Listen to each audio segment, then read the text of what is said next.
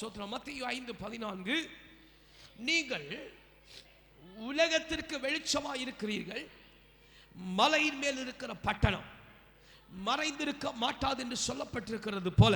அல்லேலூயா, அல்லேலூயா. ஆண்டவருடைய திட்டம் ஒரு மனுஷனுடைய வாழ்க்கையில நிறைவேற்றப்படுமாய், ஆண்டவருடைய திட்டம் ஒரு ஸ்திரீயினுடைய வாழ்க்கையில நிறைவேற்றப்படுமாய், அவை இந்த மலையின் மேல் இருக்கிற பட்டணத்தை போல மறைந்திருக்க மாட்டான். அல்லேலூயா.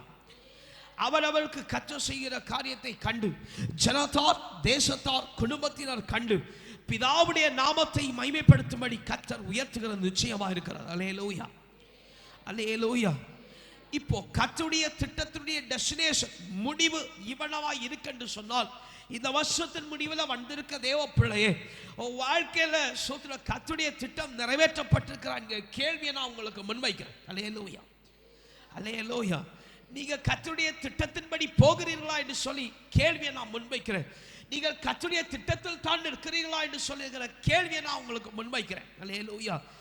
ஏன் என்று சொன்னால், கர்த்தருடைய திட்டம் ஒரு மனுஷனுடைய வாழ்க்கையில இருக்கும் என்று சொன்னால் இவ்வண்ணமாய் உயர்ந்திருப்பான். அல்லேலூயா.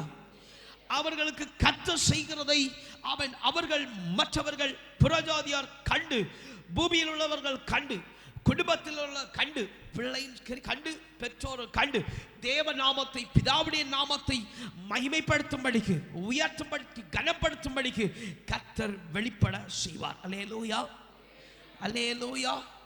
இப்படி சோதர குடும்பத்தில் அவன் பெற்றோரை பார்த்து பிள்ளைகள் தேவனுடைய நாமத்தை மகிமைப்படுத்துகிறதும், பிள்ளைகளை பார்த்து பெற்றோர் தேவனுடைய நாமத்தை மகிமைப்படுத்துகிற காரியம் உண்டாயிருக்கிறதா என்கிற கேள்வியை நான் உங்களுக்கு முன்வைக்கிறேன். அல்லேலூயா, அல்லேலூயா, அல்லேலூயா, அல்லேலூயா, அல்லேலூயா, அல்லேலூயா.